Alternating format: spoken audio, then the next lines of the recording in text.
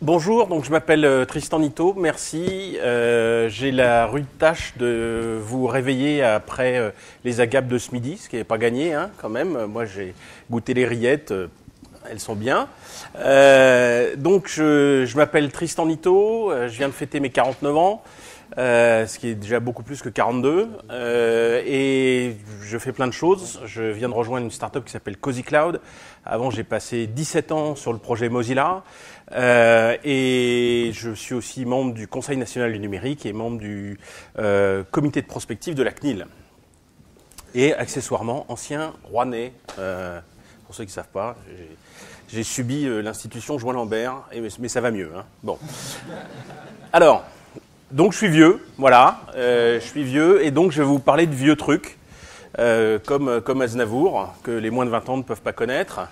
Je vais vous expliquer comment j'ai commencé en informatique avec ces machines-là qu'on voit, et avec ça, un manuel et un fer à souder.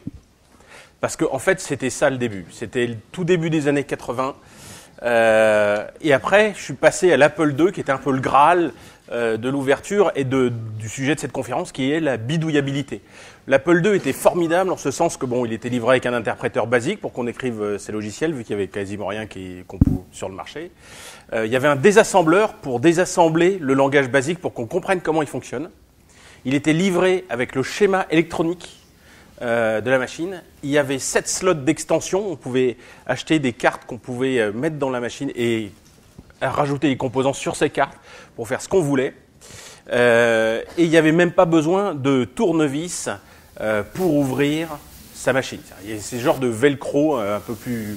On soulevait, clac, comme ça, et on accédait directement au slot de la machine. La bidouille était vraiment encouragée sur cette machine. Quelque chose à mettre en contraste, si vous voulez, avec l'iPhone ou ne serait-ce qu'un MacBook Air. Là, où pour un MacBook Air, il faut un tournevis spécial pour des vis spéciales qui s'appelle un pentalobe. C'est hyper dur à trouver, enfin, sauf sur eBay et à Hong Kong, quoi. Mais c'est vraiment pas fait pour être ouvert.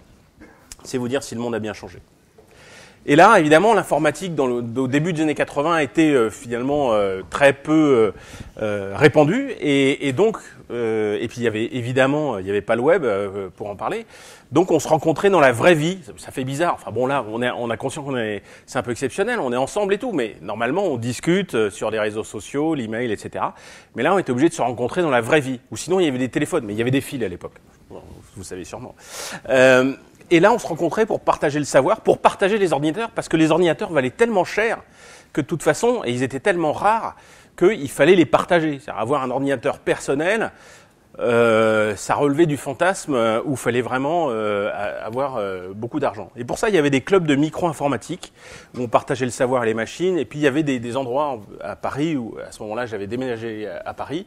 Il y avait un truc qui s'appelait le Centre mondial de l'informatique. Au Palais de la Découverte, il y avait aussi des micro-ordinateurs en libre service.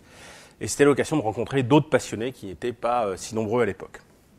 Et à côté de ça, il y avait un autre phénomène qui s'est développé, c'est l'arrivée des réseaux, ce qu'on appelait à l'époque la télématique. Alors les vrais réseaux, c'était les BBS, les Bulletin Board Systems.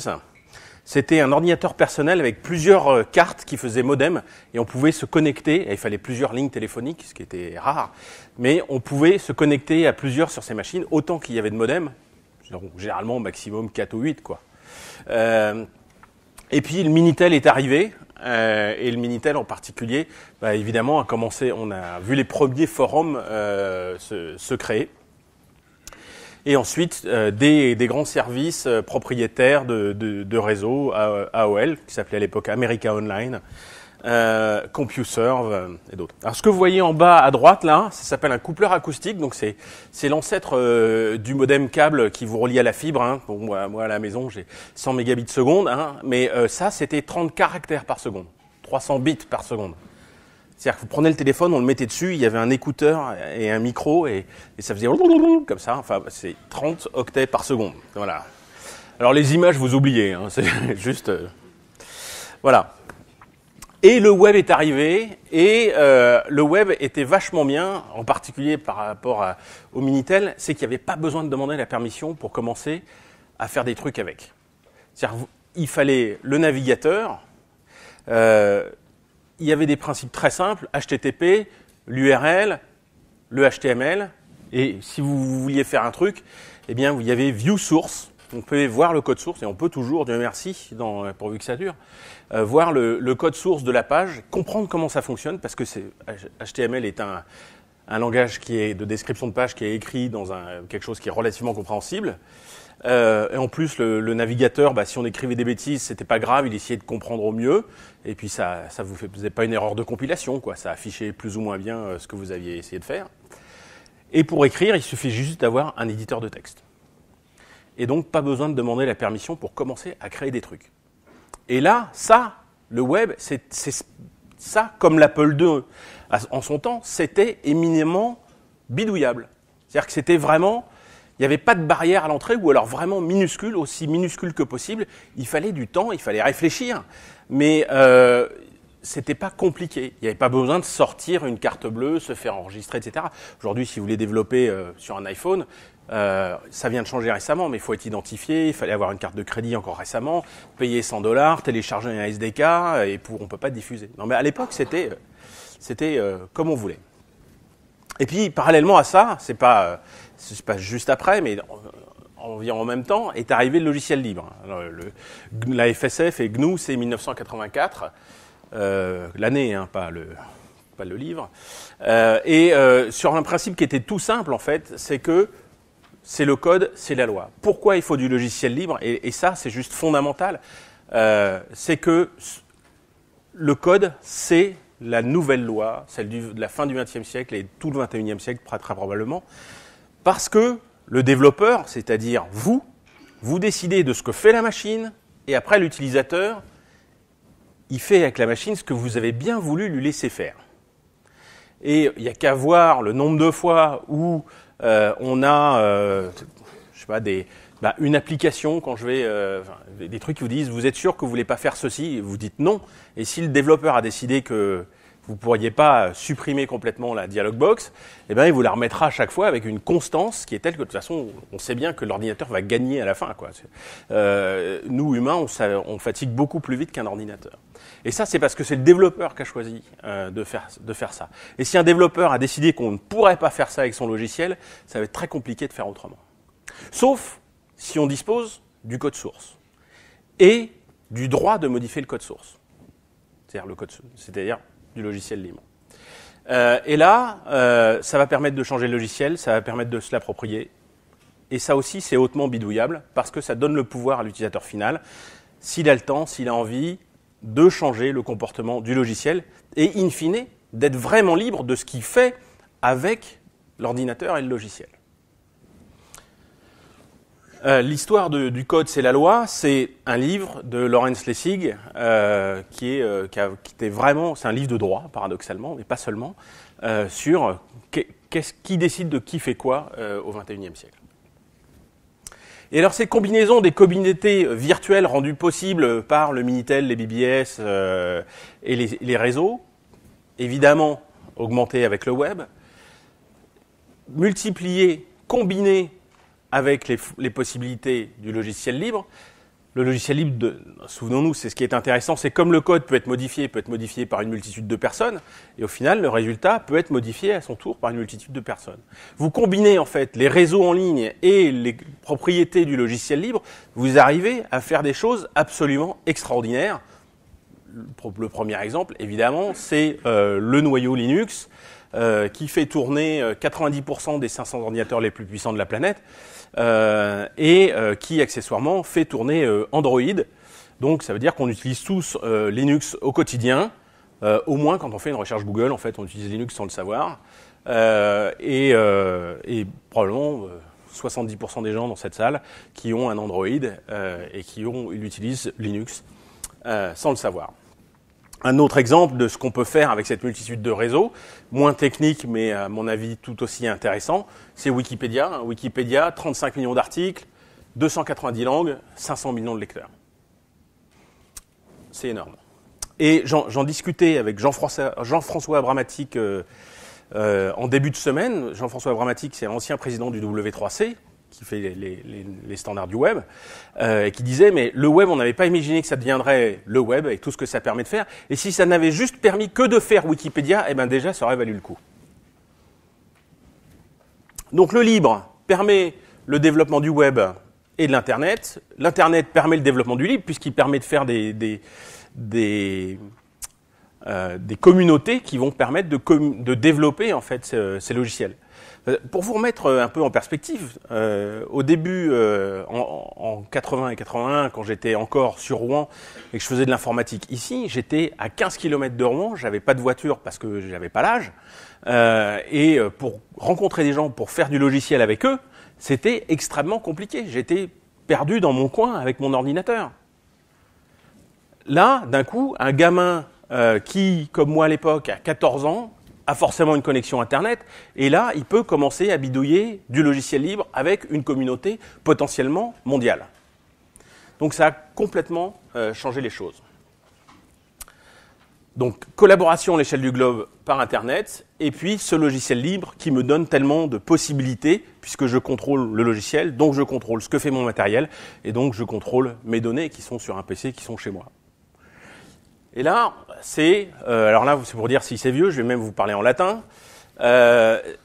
C'est une expression qui date du XIIe siècle, faite par un philosophe, Bernard de Chartres, des nains debout sur des épaules des géants. On était des nains sur des épaules des géants. C'est-à-dire que, en construisant au-dessus d'Internet, au-dessus du web, en construisant au-dessus du logiciel libre qui avait déjà été développé par nos prédécesseurs, on était capable de faire des choses juste, mais incroyables, parce qu'on bénéficiait de tout cet investissement. On ne recommençait pas à zéro, on construisait par-dessus. C'était génial. Cette perspective, en fait, d'inventer le monde. En 2007, est arrivée une chose tout à fait intéressante. Quelqu'un a mis, en fait, un ordinateur dans la poche des gens. Et cet ordinateur, ce n'était pas juste un ordinateur, c'est un ordinateur qui était suffisamment petit, certes, pour tenir dans une poche. Et qui n'a pas de smartphone ici, levez la main. Non, ils font ce qu'ils veulent. Mais je veux dire, voilà, et les autres en ont, quoi. Hein. Donc, c'est pour vous dire qu'on a presque tous un smartphone aujourd'hui, c'est-à-dire qu'on a un ordinateur, et c'est pas simplement un ordinateur, c'est que par rapport à un PC de l'époque, alors les nouveaux PC maintenant ont des webcams et des micros, mais là, maintenant, dans un smartphone, vous avez plusieurs caméras, vous avez plusieurs micros, vous avez un accéléromètre, vous avez un GPS, vous avez des tas de capteurs, il est connecté en permanence à Internet et vous l'avez en permanence sur vous. C'est-à-dire que vous n'êtes pas obligé d'aller vous asseoir devant un bureau pour taper dessus. Avec les doigts, et donc, ça a vraiment changé les choses, puisque tout d'un coup, on mettait du logiciel dans les mains et dans les poches de tout le monde, tout le temps. Enfin, presque tout le monde, tout le temps. Et d'ailleurs, depuis 2013, il se vend plus de smartphones que de PC. C'est-à-dire que le PC est en légère décroissance, le smartphone continue d'exploser. Un autre phénomène, simultanément, mais moins ponctuel, est arrivé, c'est le software as a service. C'est ce qu'on appelle aussi parfois à tort le cloud. C'est Gmail, qui utilise Gmail dans la salle. Ouch. Merci. Flickr, Dropbox, qui utilise Dropbox dans la salle. OK. Google Maps. Okay. C'est grâce à ça que j'ai réussi à trouver ici. Donc, Evernote, Facebook, Yahoo. Tout ça, c'est devenu hyper courant. Ce qui est intéressant, en fait, c'est que tout ça, c'est gratuit. Et ça, évidemment, ça favorise énormément l'adoption. Alors, on s'est retrouvé, sans réellement le réaliser, juste parce qu'au quotidien, les choses évoluent, on s'est retrouvé avec 3 ordinateurs. L'ordinateur là, le PC, le laptop, le téléphone, le smartphone, et puis cet ordinateur, en fait, qu'on n'a jamais vu, qui est le cloud, qui est le software, ce qui fait tourner le software as a service, et qui nous rend tellement de services au quotidien. Et c'est là qu'on a ripé. Alors, on a ripé ou on n'a pas complètement réalisé qu'on a ripé. Alors ça, c'est l'accident de Strasbourg, du dernier TGV. C'est une illustration de ce que les Américains ont pour eux une énorme catastrophe. C'est train wreck, c'est l'accident de train. Pour eux, c'est à peu près ce qu'il y a de plus gros dans l'imaginaire comme accident. Et en fait, c'est exactement ce qui s'est passé. On n'a pas tous réalisé, je pense qu'il y a encore des gens dans le TGV qui sont assis, disant on est un peu à la bourre, comment ça se fait, ça a secoué, on a dû rouler sur un caillou ou quoi. Mais tout le monde n'a pas réalisé qu'on avait ripé, mais le fait est, c'est qu'on a ripé, collectivement. Et peut-être nous un peu plus, nous parce qu'on est informaticiens en fait. Et nous, on aurait dû voir venir le fait que le virage, on le prenait trop vite. Alors je m'explique. Le SaaS, c'est génial, hein, le software as a service, c'est génial, hein, c'est gratuit, donc il n'y a pas de maintenance, hein, vous arrivez, Google Maps, dernière fois que vous avez fait une mise à jour, je sais pas, je ne le fais pas, non, vous ne faites pas de mise à jour, et pourtant les données sont mises à jour en permanence, l'application est améliorée en permanence, c'est gratuit, apparemment, c'est instantané, enfin, quand on a de la connexion, c'est toujours là, pareil, quand on en a, et les nouvelles fonctionnalités arrivent régulièrement. Normalement, j'ai une mauvaise nouvelle, voilà, faut être franc, il n'y a pas de cloud. Le cloud, c'est l'ordinateur de quelqu'un d'autre. Il faut le savoir, c'est-à-dire que ce n'est pas votre ordinateur. Et cet ordinateur de quelqu'un d'autre, il a vos données, vous ne pouvez pas modifier le code source, et dans le genre bidouillable, c'est le 0 pointé. Vous n'avez pas le code source, vous n'avez même plus les données, vous n'avez plus l'ordinateur, vous n'avez plus rien. Vous avez 0 contrôle sur ce qui fait dans le cloud en mode software as a service. Vous pouvez décider de rien, à part arrêter de vous en servir. Et vous récupérez probablement même pas vos données. Alors, on va parler gratuité. Donc, là, vous voyez, c'est donc des cochons. Hein. Des cochons, je suis sûr qu'il y en a 2 là au fond qui discutent. Et ils parlent du modèle gratuit d'Internet. Mais pas seulement, ils parlent de la gratuité. Et il y en a un qui dit à l'autre, quand même, la nourriture est gratuite, c'est vachement sympa. Hein. Et l'autre qui lui fait, ouais, hein, en plus le toit, il est gratuit, c'est chauffé, c'est sympa. Hein. Et ils sont tous les 2 persuadés d'être les clients du fermier, qui prend bien soin d'eux. Voilà. Bon. Alors en fait, on va faire une rapide mise au point. Donc, ce ne sont pas les clients du fermier. Voilà. De la même façon que nous ne sommes pas les clients de Google et nous ne sommes pas les clients de Facebook. D'accord ? Le client, c'est celui qui paye le saucisson et qui bouffe le saucisson. Et autrement dit, ce n'est pas nous. Parce que moi, je n'ai jamais envoyé de chèque à Google pour bénéficier de Google Maps. Et les autres non plus. Alors, il y a des exceptions, il y a des modèles freemium, etc. Mais pareil, hein, Yahoo Finance, moi c'est un service qui est vachement bien si on a des actions en bourse. J'en ai plus, mais à une époque j'en avais. Et c'est gratuit. C'est génial. Le client, c'est celui qui paye pour utiliser les données qui ont été récoltées. Et alors évidemment, quand on est un de ces grands services, on a tout intérêt à accumuler un maximum de données pour pouvoir les revendre derrière. Donc non, le cochon, pas plus que nous-mêmes, ne sommes les clients du fermier ou de Facebook ou de Google. Il y a un principe qu'on entend souvent, c'est que les données, c'est le pétrole du XXIe siècle. Et effectivement, il y a des gens qui viennent mettre des puits de pétrole dans nos poches. Ça, vous voyez, c'est une copie d'écran quand j'ai essayé d'installer Facebook sur mon smartphone Android. Donc, ils voulaient accès à l'historique de l'appareil, l'identité, l'agenda, donc voilà, qu'est-ce que je fais de mes journées, mes contacts, qui sont tous mes amis, numéro de téléphone, adresse email, ma position, GPS, juste au cas où ça sert, tu vois. Lire mes textos, on sait jamais, il peut y avoir des infos dedans, accès à mon historique téléphonique, et tous mes fichiers, photos, contenus, vidéos, tout ça. Et donc il y a un bouton en bas à droite marqué accepter, j'ai jamais pu cliquer dessus. Alors celui-là, c'était pas être possible. Hein. Effectivement, cette application, elle est faite pour venir pomper des données dans mon téléphone. Ce téléphone que j'ai toujours avec moi et qui contient finalement toute ma vie numérique. Alors on me dit ouais, il aime pas Facebook et tout, c'est vrai, mais pas que. Ça c'est Google Maps. C'est parce que j'utilise donc Google Maps. Et alors ça vous allez vous chercher dans un moteur de recherche Google Location History et vous tombez là-dessus. Donc ça, dans les serveurs de Google, c'est une copie d'écran prise le 4 décembre de mes déplacements du 2 décembre. et je me suis promené dans Paris. Voilà.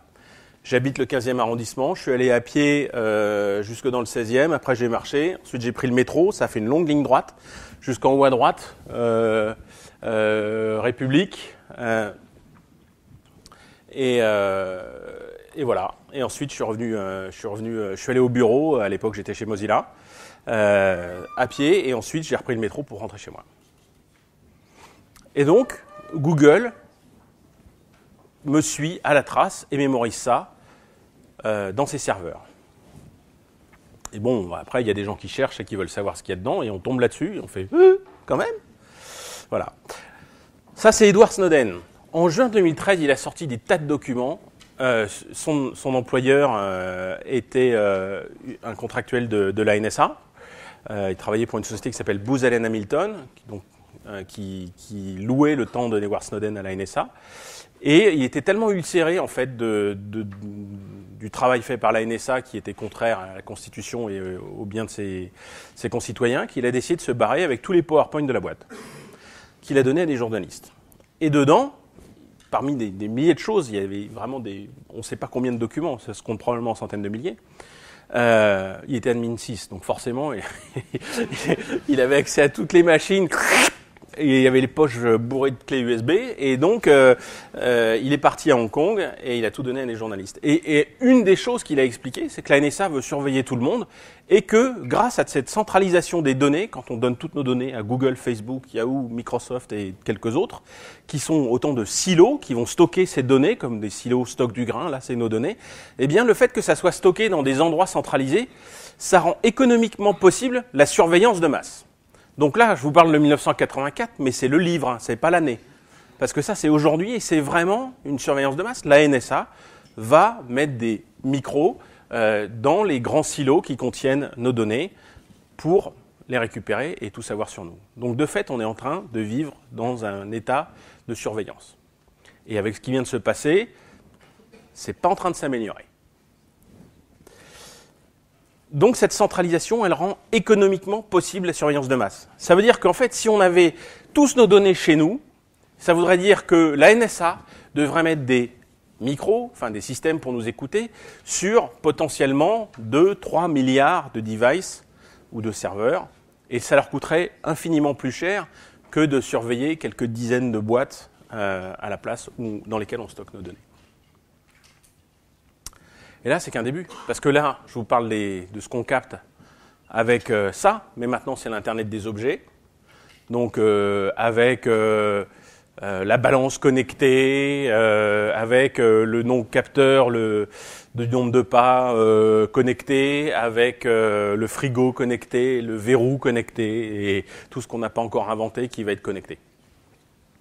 Donc, des données sont de plus en plus produites, de plus en plus stockées dans ces services, et de plus en plus disponible pour des gens qui n'ont pas forcément notre intérêt à cœur.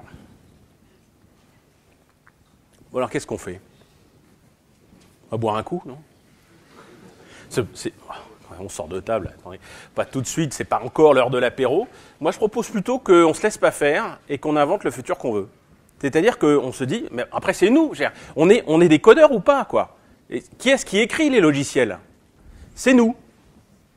Alors écrivons les logiciels qui correspondent à nos besoins de citoyens et d'individus. Je suis en train de finir un livre qui est publié au fil de l'eau sur mon blog, qui décrit un principe, un modèle, un concept qui s'appelle Circus, le système d'information redonnant le contrôle aux utilisateurs. Je manquais un peu d'inspiration. Bon, je vous demande votre indulgence. Il fallait un truc qui se prononce, qui se retienne, tout ça, Circus, voilà.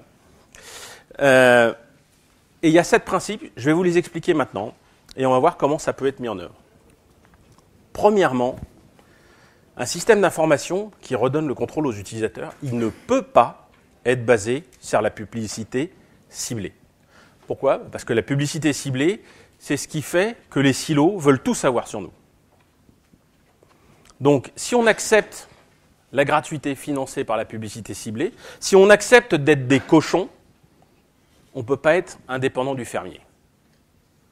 Donc, il faut payer du vrai argent, pas beaucoup, hein, mais un petit peu pour avoir un système d'information qui nous appartient et dont on a le contrôle.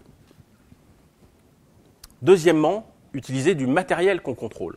C'est-à-dire pas quelque chose dans un data center où on ne sait pas où,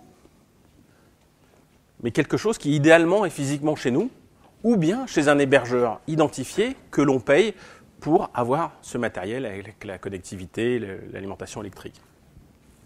Ce qui est vachement intéressant, c'est que là, vous voyez, ça s'appelle une Cubi board truck. Ça vaut une centaine d'euros. Mais c'est fabriqué à partir de composants pour téléphone mobile. Processeur ARM, etc. C'est un système on a chip, donc tout est concentré dans une seule puce. Évidemment, plus on fabrique de téléphones, plus il y a des économies d'échelle. Et plus il y a des économies d'échelle, moins ça coûte cher à fabriquer. En venant là, tout à l'heure, là, pendant la pause déjeuner, j'ai vu qu'il y a un magazine américain, non, américain ou anglais, je ne sais plus, enfin anglophone, qui distribue une machine de ce genre-là pour le prix du magazine. Cette machine, c'est la Raspberry Zero qui vient d'être annoncée. Elle vaut 4 pounds, 4 livres anglaises sterling, c'est-à-dire environ 5 euros. Moi, de mon temps, quand on avait un magazine avec un CD-ROM, c'était la fête, quoi. Maintenant, vous avez l'ordinateur. Et c'est vrai, c'est vraiment vrai. C'est-à-dire qu'on arrive à glisser dans le magazine, là, aujourd'hui, c'est nouveau, c'est excitant, on arrive à glisser l'ordinateur dans le magazine et à vous le livrer avec le magazine. Ah, c'est pas une bête de course, hein. Il n'y a pas beaucoup de RAM, je crois que c'est un genre 512 K de RAM, un processeur 1 GHz, ça casse pas trois pattes à un canard. Mais vous avez un ordinateur qui consomme très peu et sur lequel on peut commencer à mettre des systèmes pour héberger nos données. Évidemment, utiliser du logiciel libre parce qu'il est transparent, parce qu'il est auditable, parce qu'il est modifiable, adaptable à nos besoins. C'est ça. Quand on dit logiciel libre, c'est l'utilisateur qui est libre. Ce n'est pas le logiciel. C'est du logiciel. Mais l'utilisateur, s'il utilise du logiciel libre, lui est libre. Il est libre de faire ce qu'il veut avec ce logiciel. Donc, le matériel disponible, pas cher, du logiciel libre, aussi disponible et pas cher. Il va falloir utiliser du chiffrement, évidemment, pour éviter les grandes oreilles, surtout si on met des données personnelles dessus, pour éviter que des gens commencent à les capturer en écoutant les communications. Il faut du chiffrement, c'est la base de la sécurité et de la confiance. La bonne nouvelle, c'est qu'il y a des petits gars très très bien qui ont fait un système qui s'appelle Let's Encrypt, qui est à deux doigts de permettre la distribution gratuite et automatisée de certificats X509 qui permettent de faire du chiffrement type HTTPS sur tous les serveurs. Donc bientôt, il ne sera plus besoin de payer un certificat pour l'acheter. On pourra avoir des certificats gratuits qui vont permettre de chiffrer tout le trafic d'Internet. Ça va mettre un peu de temps de se mettre en place, mais c'est en train de progresser. C'est fait par la Linux Foundation, c'est soutenu par Cisco, par Mozilla, etc. Et c'est fait par Josh H, ce qui est vraiment un type génial. Et alors, point numéro 5, celui-là, c'est pas facile, parce que nous, pour une vraie user experience, c'est quand c'est écrit en vert sur fond noir en ligne de commande. Alors là, faut essayer de viser plus haut. Hein. C'est quand la page man, elle est bien faite aussi. Ouais, on peut faire mieux. Il faut une vraie user experience pour des gens normaux, quoi. Vous voyez, pas nous. Des choses qui soient faciles et surtout plaisantes à utiliser. Parce que sinon, pour eux, l'alternative, c'est Google, Facebook, etc., qui sont des très bons systèmes. Enfin, ouais. Ils ne sont pas toujours très beaux, mais ils sont bien pensés. Et donc, il faut faire au moins aussi bien là-dessus. Principe numéro 6, il faut une interopérabilité. Ben oui, parce qu'on veut pouvoir partager des documents d'un système à l'autre. C'est OK si j'ai mes données sur mon cloud personnel, mais je veux pouvoir le partager avec d'autres. C'est extrêmement important. Donc, évidemment, comme on ne va pas tous avoir le même modèle de logiciel, le même modèle de matériel, etc., il faut que ça soit interopérable et ça va passer par des standards. Parce que le besoin social, le besoin de partage, il est absolument essentiel. C'est pour ça que ça s'appelle des réseaux sociaux, d'ailleurs. Et enfin, 7e et dernier principe du circus, il faut une killer feature. Le truc, et je ne sais pas ce que c'est, pour être clair, autant tous les autres, les 6 premiers, j'ai une idée assez claire, autant le 7e, c'est trop compliqué. Ou trop pas encore défini, en fait. Ça reste à inventer. Donc une killer feature, la fonctionnalité qui tue le truc, ou les trucs, mais il en faut au moins un, le truc qui fait que Google, Facebook et compagnie ne peuvent pas s'aligner. Il faut le trouver. Et j'ai des idées, hein. Je vais vous en parler un peu plus loin si on a le temps. On a le temps. Alors concrètement, accrochez-vous. Le premier, déjà, j'ai tapé fort. Hein, je m'en doutais, hein, je ne savais pas au moment où j'ai écrit les slides combien de gens allaient lever la main sur Gmail, mais bon, en même temps, j'avais une petite idée sur la question. Non, il faut commencer, et Gmail est peut-être pas le plus facile, hein, mais il faut commencer à se dégoogliser et à se défacebooker. Et des Evernoter. Et des Dropboxer. Et tout ça. Et finalement, Gmail, c'est pas si dur que ça. C'est juste un client de messagerie. Hein. Donc on peut très bien trouver un webmail qu'on peut héberger chez soi. Le gros avantage, c'est que le protocole de mail, au départ, il était complètement prévu pour être décentralisé. Donc c'est pas si compliqué que ça. Je dis pas qu'il faut décentraliser les serveurs de mail, parce que c'est un peu compliqué à cause du spam. Je ne vais pas rentrer dans les détails. Mais déjà, si on commence à router nos messages sur des serveurs qui sont autres que ceux de Google, et qu'on consulte nos messages ailleurs que chez Google, déjà, Google va moins lire nos messages. Il va continuer à lire les messages chez nos camarades qui sont toujours chez Gmail. Mais petit à petit, ça va se faire. Et puis, il y a autre chose que Google dans la vie. Il y a d'autres moteurs de recherche. Et encore, le moteur de recherche n'est pas forcément ce qu'il y a de plus dramatique. Mais il y a des solutions, libres ou pas, décentralisées ou pas. Évidemment, moteur de recherche, je pense à Quant, qui a une privacy policy qui est vraiment super, déjà. Il ne vous piste pas, c'est juste bon, voilà. C'est bien. Pour certains besoins de cartographie, on peut utiliser OpenStreetMaps au lieu de Google Maps. Il y a des alternatives qui existent, il faut se demander ce qu'on veut utiliser. On peut prendre un serveur, que ce soit un Raspberry Zero, là, celui qui vient de sortir, ou un Raspberry Pi, le modèle 2B il est vraiment très bien, il vaut à peu près 35 €. Ça peut se faire, et commencer à bricoler dessus, soit à la maison, ou bien prendre un VPS chez un hébergeur, et puis installer une distro où on fait tourner nos propres services pour commencer tout doucement à implémenter les principes du circus. Parce que c'est pas nécessaire aujourd'hui d'implémenter tous les principes circus en se disant « ouais, moi je suis un vrai, un pur, un dur ». On peut déjà juste commencer à implémenter les services du circus. Déjà, ça sera un énorme pas en avant. Et puis il y a un dernier point dans le projet de loi porté par Axel Lemaire qui... je ne sais pas ceux parmi vous qui ont suivi le projet République numérique, où il y avait une plateforme de consultation des internautes. Est-ce qu'il y a des gens qui ont participé dans la salle là-dessus ? Il faut lever la main là. Ouais, merci. Bon, j'ai levé la main aussi, donc. Mais ouais, non, sérieux.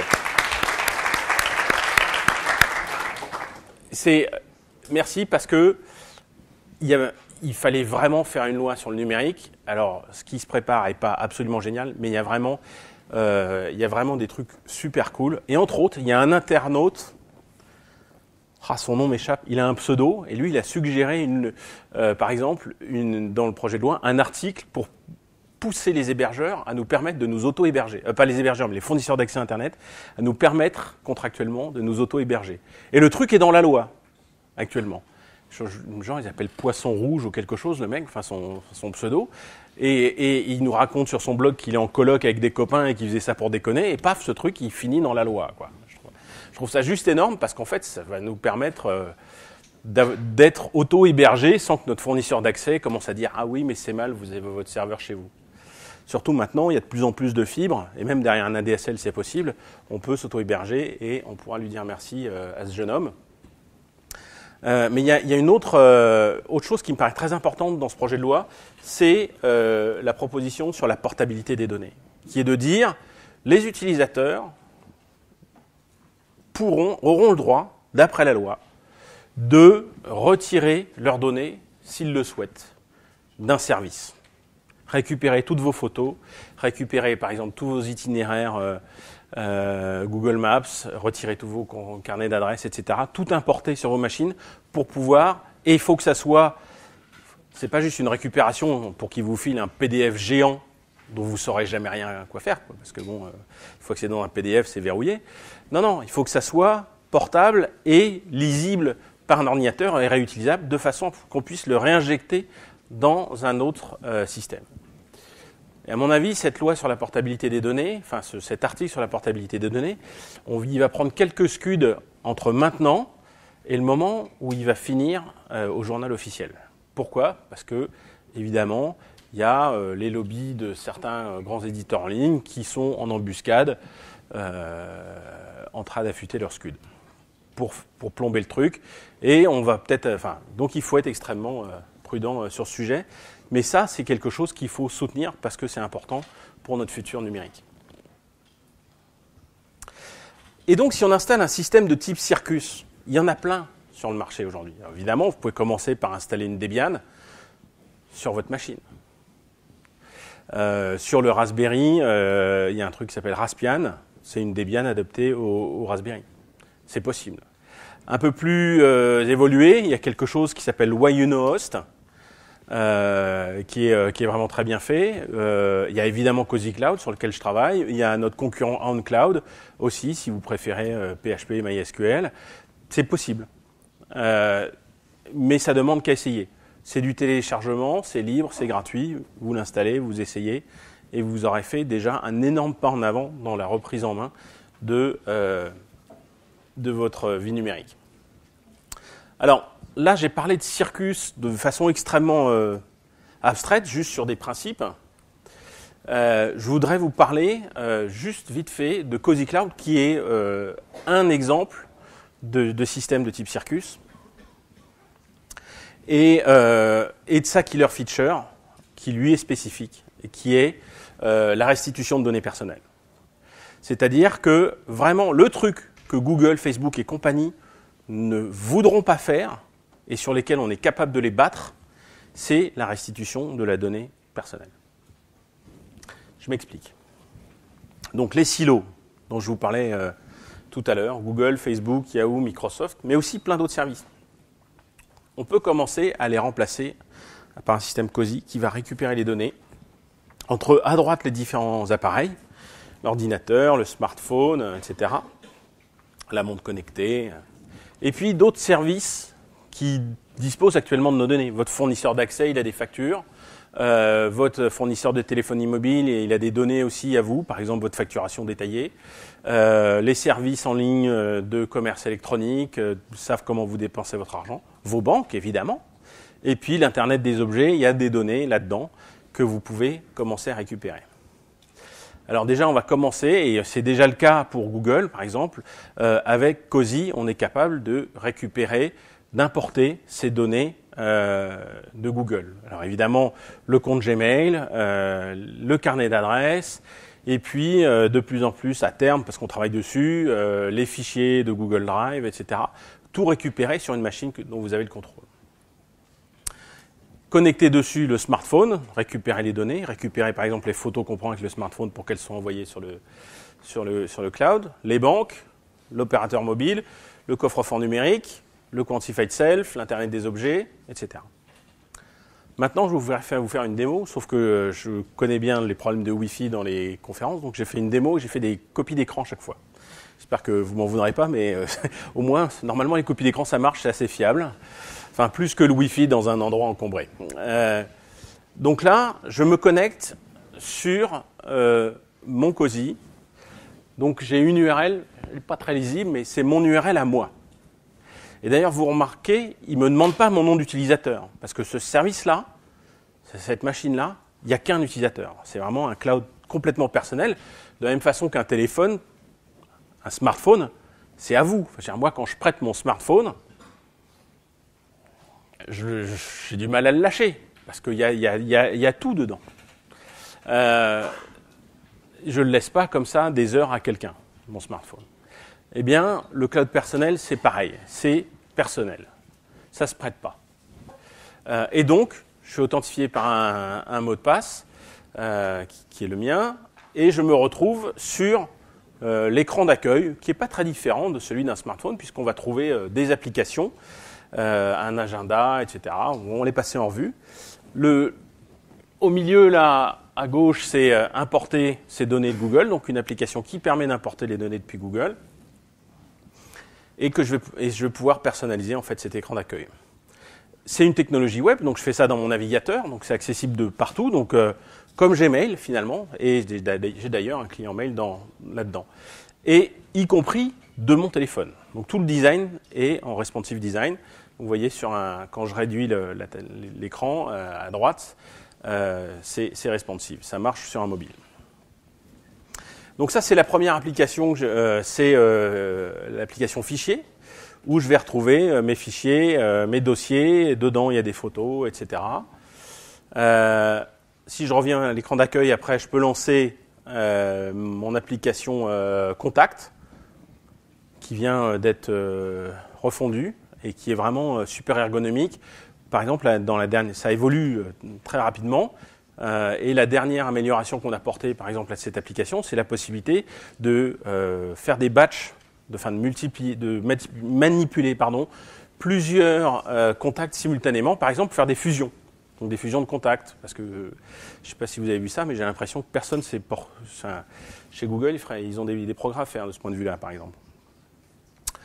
Un agenda, voilà, donc où je vais pouvoir gérer mes rendez-vous, et ça c'est stocké sur mon serveur à moi, hein. Et un client de messagerie multi-compte, donc je peux m'en servir pour importer de Gmail, mais aussi d'importer depuis d'autres comptes de messagerie, ce qui va me faciliter en fait la migration au fil du temps. On a une application qui est écrite par la communauté, donc qui n'est pas écrite par COSI, qui s'appelle Crésus, qui est vraiment super bien faite, qui se connecte à plusieurs comptes bancaires et qui va faire des graphiques qui va vous consolider vos comptes bancaires entre eux, qui va vous permettre de déterminer combien vous pouvez faire d'épargne, etc. Et on se connecte aujourd'hui à 34 banques françaises pour récupérer les données, évidemment, de ces banques pour les mettre sur votre serveur. Ça, c'est un exemple, c'est une application de démo pour la banque, donc c'est pas Crésus. Mais là, ce que je vais vous montrer, donc c'est plus une démo, ça commence à relever de la science-fiction et je vais être extrêmement clair sur le sujet. C'est pas quelque chose qu'on a déjà implémenté. Mais donc là, j'ai un relevé bancaire sur la droite qui est importé par les banques. Ça, on sait déjà faire dans la vraie vie. Et vous voyez, comme j'ai déjà aussi récupéré des fichiers qui proviennent d'autres fournisseurs de données qui ont des données personnelles à moi, eh bien, par exemple, je vais pouvoir cliquer sur mon relevé bancaire et voir le billet SNCF qui correspond à cette dépense. Donc c'est là, si vous voulez, ça c'est typiquement dans la killer feature parce que Google arrivera peut-être à convaincre la SNCF de lui refiler les billets d'avion, mais il aura beaucoup de mal à convaincre la banque de filer les relevés bancaires. Enfin, on peut souhaiter, hein. Après tout est possible, hein. Quand on voit que les journaux, maintenant, ils veulent donner l'article directement à Facebook, on se dit que peut-être que les banquiers y arriveront un jour à se rendre aussi comme ça, mais on n'y est pas encore. De la même façon, je récupère ma facturation détaillée sur mon cloud personnel, par exemple de mon opérateur SFR, mais sur le même cloud personnel, j'ai aussi mes contacts. Et donc, je vais être capable, en récupérant ma facturation détaillée, non plus de lister une longue liste de numéros de téléphone qui me disent rien, mais plutôt lister les noms des correspondants que j'ai appelés. Là, je commence à croiser des données que personne d'autre n'a. Chez SFR, ils ont la liste des numéros que j'ai appelés, mais ils n'ont pas mon carnet d'adresse. Mais j'aimerais autant que ça reste comme ça. Alors que là, sur mon ordinateur que je contrôle, je commence à croiser, combiner ces deux sources de données. Donc, j'en dis pas plus sur Cozy Cloud. Si vous voulez essayer, il me reste 10 minutes, on aura largement le temps. Est-ce qu'on pourra poser des questions, chef? Ouais, super. Si vous voulez tester Cozy Cloud, c'est possible. C'est cozy.io, C-O-Z-Y. Nous, on a des machines de test, on prête des instances. Si vous voulez faire partie de la communauté, nous aider à développer des applis sur Cozy, on a besoin de développeurs, on a besoin de testeurs, donc vous êtes les bienvenus. Mais vous pouvez aussi le faire tourner sur votre propre machine, puisqu'on a une image Debian et Ubuntu et d'autres pour d'autres distros. Et vous pourrez commencer à importer depuis Google vers votre Cozy Cloud. Voilà. Et ce sera tout s'il y a des questions. Merci.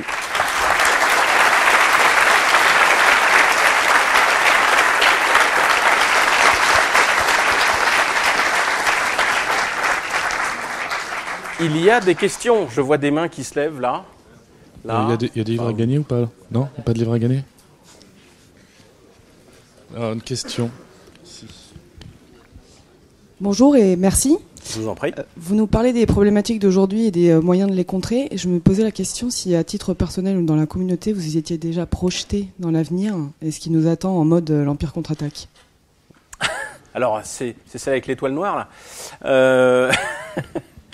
Je pense qu'on anticipe beaucoup, là, déjà. Hein. La plupart des gens sont super contents avec le software as a service. Et quand je dis on a ripé, et je dis que tout le monde s'en est pas rendu compte, parce que je pense que la plupart d'entre nous ne s'en est pas rendu compte. Enfin, si on s'était tous rendu compte qu'on avait ripé, j'aurais demandé qui utilise Gmail, et j'aurais, au lieu d'avoir 80% de mains, j'aurais entendu un bout collectif pour les 3 gus qui auraient osé lever les leurs, quoi. Donc non, on a ripé, mais on n'est pas complètement certain d'avoir compris qu'on a ripé. Donc on est, enfin pour ma part, je suis assez devant, en avance de phase. Pareil pour le chiffrement. Aujourd'hui, ouais, chiffrement, machin, etc.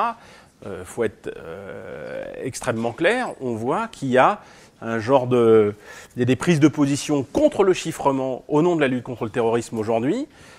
Je suis complètement contre le terrorisme, mais j'aimerais autant qu'on ne sacrifie pas nos libertés non plus et la démocratie en se disant « Ah ouais, on va être plus en sécurité ». Je vous le dis franchement, si un jour on se retrouve avec un gouvernement de fachos, vaudrait mieux qu'on ait du chiffrement, quoi. Donc, bon.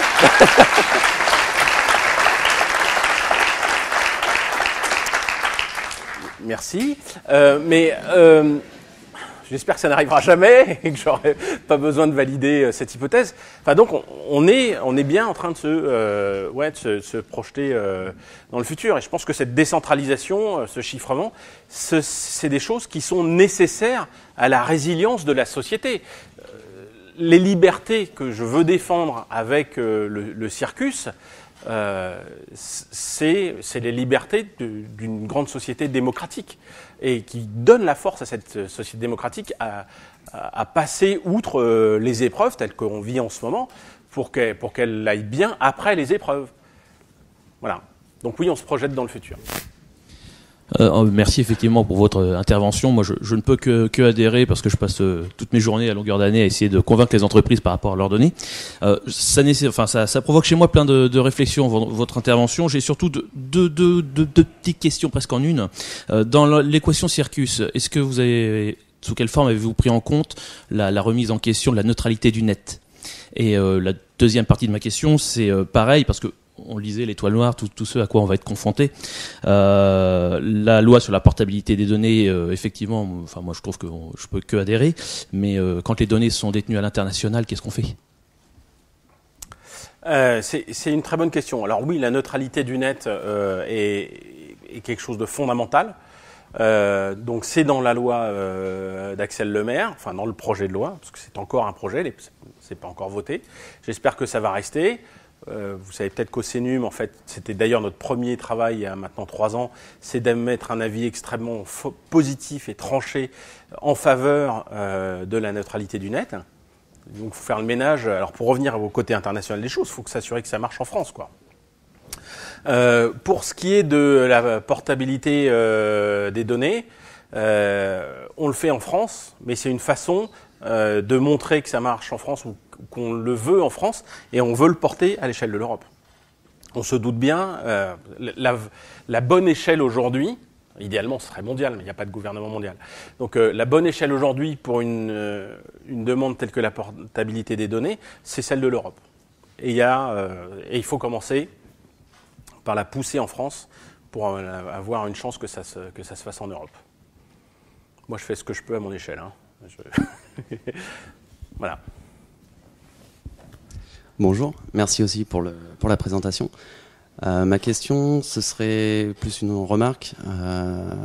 Pour combattre forcément une politique fasciste ou quoi que ce soit, pour cacher les données, pour se rebeller ou ce genre de choses, je comprends, c'est très utile.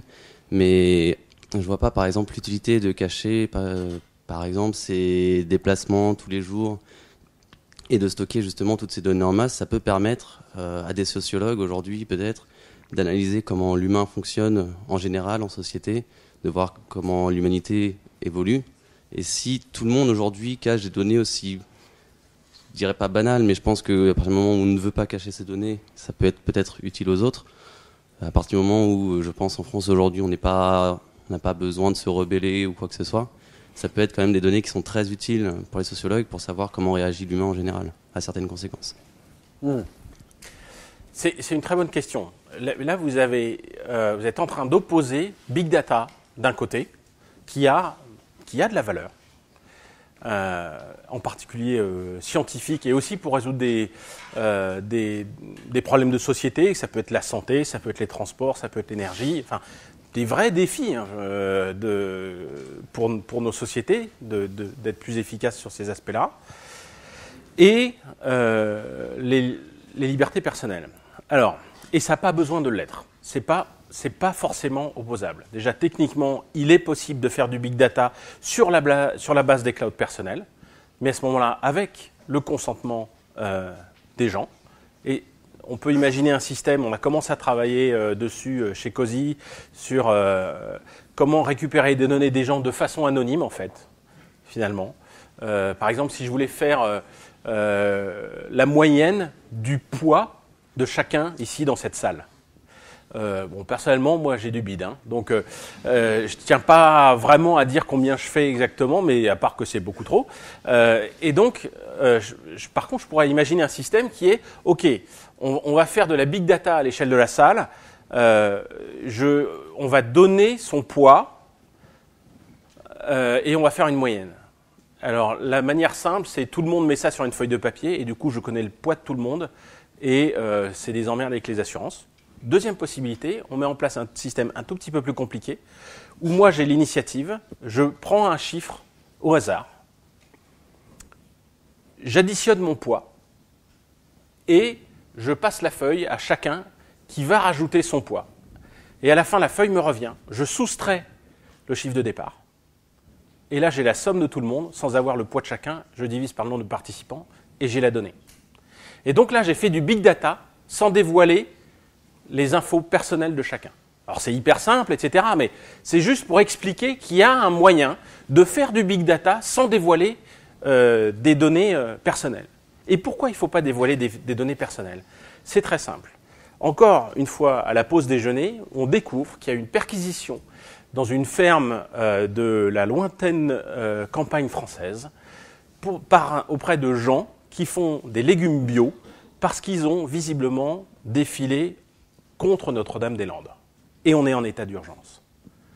Et ça commence à sentir fort le sapin. Parce que si on ne peut pas défiler contre un projet qui fait débat, je ne veux pas prendre position dessus, mais si en état d'urgence, on commence à venir vous emmerder parce que vous avez défilé, parce que vous faites des... C'est pas parce qu'ils font des légumes bio, hein, c'est parce qu'ils ont défilé contre Notre-Dame-des-Landes. Et c'est la rafle au milieu de la nuit, avec les gendarmes, etc., les types qui rentrent dans la ferme, etc. Il y a un vrai problème. Enfin, et ça, c'est juste aujourd'hui avec un gouvernement socialiste en 2015. Qu'est-ce que ça va être dans 10 ans si ça tourne au vinaigre? C'est important de garder des données sur sa vie privée, justement sur ce genre de choses. Parce que si on ne les a pas, on ne peut pas commencer à s'opposer le jour où ça tourne mal. Sur cette note très positive, nous allons applaudir notre cher intervenant qui est Tristan Nicot.